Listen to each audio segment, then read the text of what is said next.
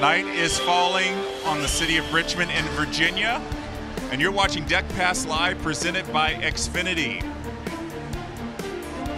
The last night of finals is wrapping up here at the Collegiate School Aquatics Complex, and it's been really good. I am Jeff Cummings with three-time Olympian Carolyn Joyce. Hi, Jeff. Carolyn, I'm getting excited more and more about this summer's championship meets based on the way these men and women are swimming. Oh yeah, I think this meet, every single night, there was like some really impressive swims out of the fastest swimmers in the world. Yeah, and most of them are basically making statements, not just to their country mates, but to the rest of the world, saying, you better watch out for the World Championships, Pan American Games, but we're going to be on fire at the Olympics. And there's no holding back saying, oh, we'll just kind of ease into this. Oh yeah, we definitely put a lot of people on notice here. Tons of best times out of this meet. Yeah, we're going to talk about that a little bit later, but we're going to get right to our featured guest for tonight, and she is a very special one.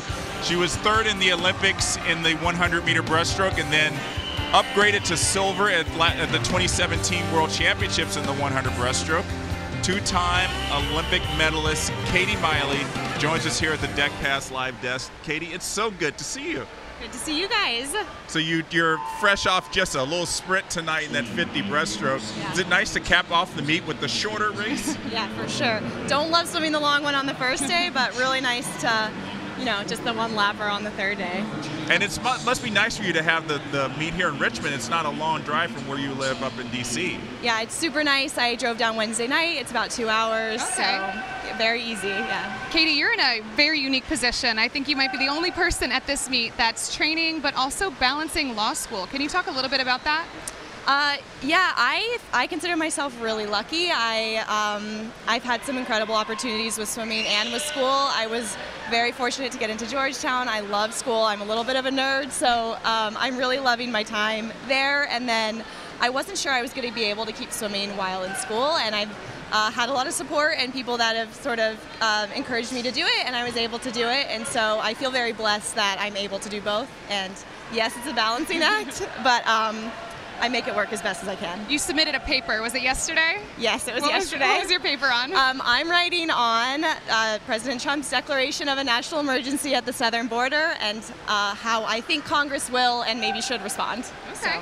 Okay, so lots to talk about. So that involves a lot of research, I would imagine. Not just, it sounds like a little bit of an opinion piece, but a lot of research to back up your claims. Yeah, it's a very cool time to be in law school. There's a lot going on with the administration, and so there's a lot of stuff to research, a lot of stuff to sort of apply old things to new things, and it's very exciting to be studying it in sort of a unique way, so it's very cool. So you have to really be on top of everything that's going on, obviously in politics, but just in the world to be able to study what you study. Yes and no. I try very hard to keep up with the news. My friends are probably a little bit better at it than I am, and so I usually get the secondary, the recap from my friends on the way to school in the morning. But I try to stay informed and to read as much as I can, and I find it interesting, so it's not super hard. So going into the 2016 Olympic Games, you were swimming with a ton of professional swimmers at Swim Mac, many Olympians on that team. Talk about your training environment now. Yes, so now, well, in the fall I was mostly swimming with the Georgetown undergrad team, it's really nice to be back in sort of a college environment. As you can imagine, the stress level was way lower than it was with a group of professionals trying to make the Olympics. So just sort of stepping back and enjoying the sport. And now I'm pretty much by myself, so that comes with its own challenges, but also its own benefits, because I get to set my own schedule, and if I get tired in a set, I can get out, because no one's telling me to keep going. So. But you try to also keep in touch with your coach Dave Marsh out in San Diego, right? Yes, and even when you're on break, you even go out to San Diego. Yes, so on school breaks, I'm usually out in San Diego, and he'll send me sets and workouts, and I check in with him occasionally. He's been very supportive, and yeah, it's a very good piece to my puzzle. Is there anyone else in your law school class that is also currently a professional athlete? There's actually a runner, a track and field runner on Team USA, and he is in my year. His name's Kendall, and we've connected a little bit. He also trains with the undergrad team. There's a rower who is not rowing anymore, but he rowed in Rio, so there's a few of us, which is kind of nice. Yeah. Interesting, very interesting. All right, so You've had a pretty good meet here. You had the 100 breaststroke and you had the 50 breaststroke tonight. We're going to show video of the 50 breaststroke here. I want you to try to walk us through it. As we said, it's not really one of your signature races. It's not, you don't do 50s very much. No, what's going through your mind on this start here? So my starts have not been quite as poppy as I would like them to be, or maybe as they usually are. So I kind of just wanted to rip the start. And you're right there, second from the bottom, I believe. Yeah, the 50's tough. It's so quick. So you got to put your stroke together and be fast all at the same time. Nice long finish. Don't do that. So yeah, but how does a 50 breaststroke, racing a 50 breaststroke, set you up for doing the 100? I really like it because kind of feeling that overspeed and then being able to stretch it back out for the 100, it's kind of the perfect happy medium. So I actually usually like doing the 50 first because it kind of sets my stroke up a little bit better, but it is what it is, so it's all good. Awesome. Yeah. So you were, as I said, you were bronze medalist in 100 breast in Rio, silver medalist at the World Championships in 2017, and I'm sure you were looking to get back on the podium in the 2019 Worlds, but you made the decision to withdraw from that World Championship team. Talk about that decision, please. Yeah, that was definitely a very difficult decision. I had to make it a while ago. I actually decided last September, right after Pan Pacs, that I would give up my spot, and it was really just out of respect for my Team USA teammates and my competitors. I knew my semester was going to be really busy this year, and I knew my summer was going to be busy, and I knew I wasn't going to be able to train at the level that I needed to be at my best, and I thought it was disrespectful to the sport to sort of show up just because I had the spot. So decided to give that one away, and Micah will do a great job, and I'm sure she's very excited, so I'm excited to watch them.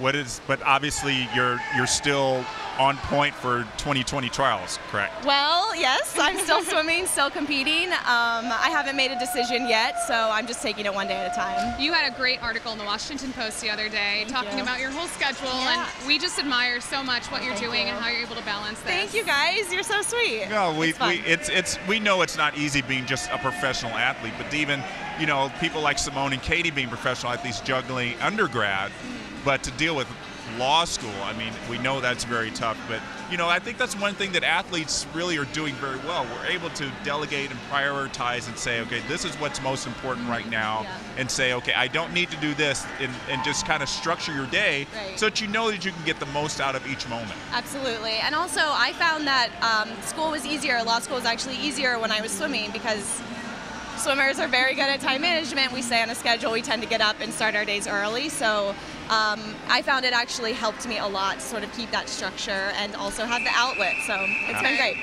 Well, it's been great catching up with you, Katie. Yeah, thank you guys. We really wish you the best the rest of the semester at Georgetown. Thank you. I'm sure you're going to be watching the results of Worlds like we are, and we hope to see you in Omaha. Thank really you guys. do. Thank you. I appreciate it. Really do. So if you don't know, Katie is very involved in the sport outside the pool. Last year, she was a swimathon ambassador and got to visit a team here in Virginia.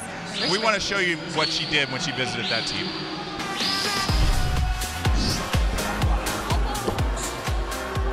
So today we're at Nova Aquatics, and I just came to do a clinic and some autographs for the team because they won the USA Swimming Foundation Swimathon in 2017, and they raised $118,000 for their facility and for their team, and that money also, some of that money goes to the foundation as well. So they earned this clinic and this appearance, and it was so exciting to do it for them.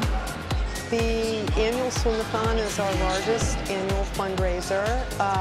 We really put it all out there in 2017 with a great theme. We have a very high participation rate with our swimmers. We build up to the theme for weeks at a time. Coaches are involved. We make it a big celebration. Today we had Katie Meili teach us breaststroke skills and talk about her journey. I want to try hard in practice. And if you consider being part of Swimathon, that it's very fun and it helps a lot of kids in need who don't know how to swim. And also, there's a lot of food there, so that's always fun. Really, it means a lot to be a role model. I had a lot of role models in the sport growing up, and so to be on the other side of it is a really special thing because I was so inspired by the people that came before me, and if I could just turn it around and inspire the people coming after me, then I would feel really good about that.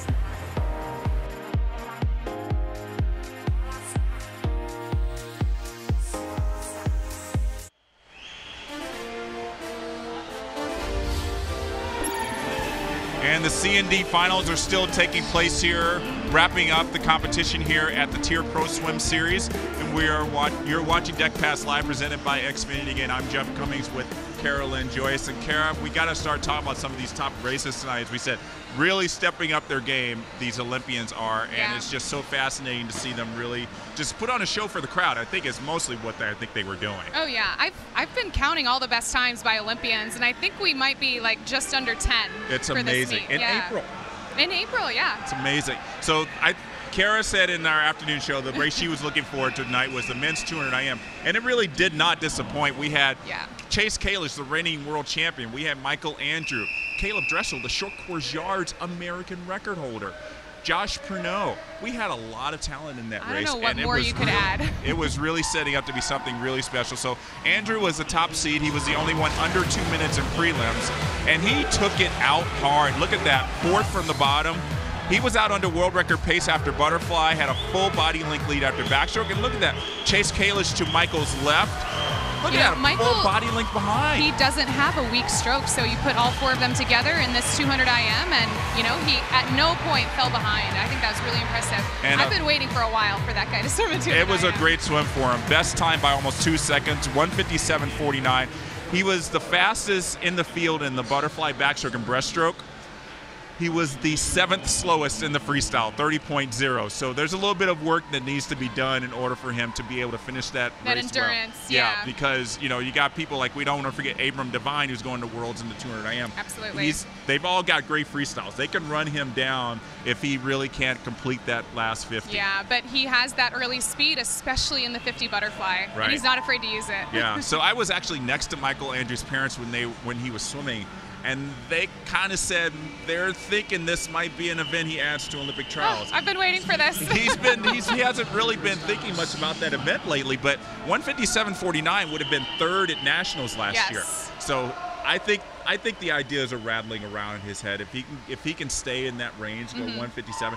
I think probably 1:56 is going to get 2nd place at Olympic trials. Yes. So, and if Ryan Lochte really does step up, it's going to be a battle. So he's really going to have to, especially on that freestyle, really step up his game, because it's one thing to be able to have really good first 3 strokes, but in the 200 IM, if you do not have a strong freestyle that's going to really get to the finish, they're going to close hard. Yeah. So that was a really good event to watch. But the last race of the night, the last A final, was the men's 100 freestyle.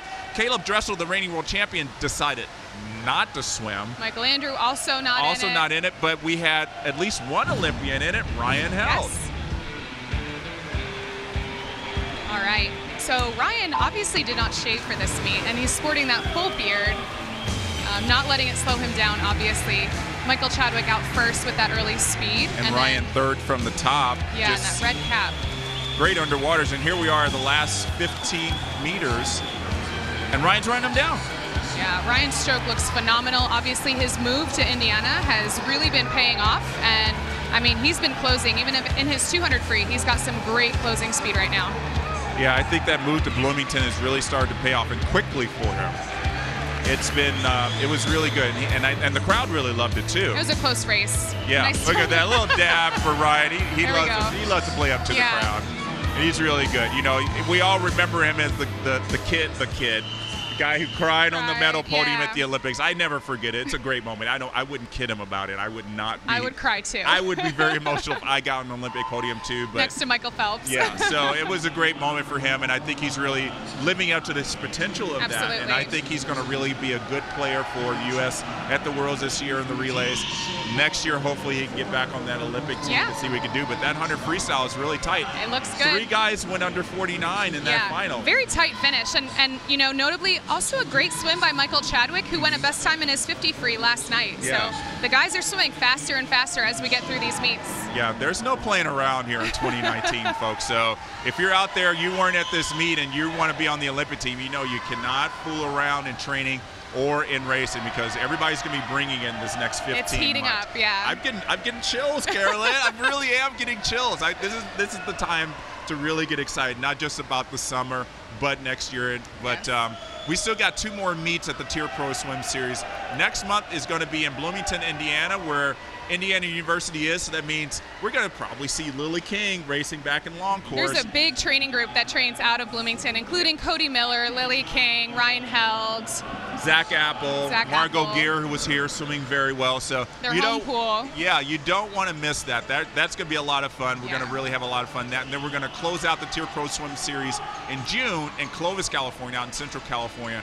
That's going to be a great place to close it out because Nationals is going to be a month later, about a month and a half later in Palo Alto. Yep. So it's just going to be a fun next 3 months. You don't want to miss it. We're going to be here for Deck Pass Live, presented by Xfinity, all the way through the summer. So you don't want to miss anything. So for Carolyn and I, we want to thank everybody for watching here in Richmond. We want to thank everybody behind the camera, including our producer and director, Peter Lasser. And we want to thank all of the people that have really supported us through this show. Thanks again, everybody. We'll see you next month in Bloomington.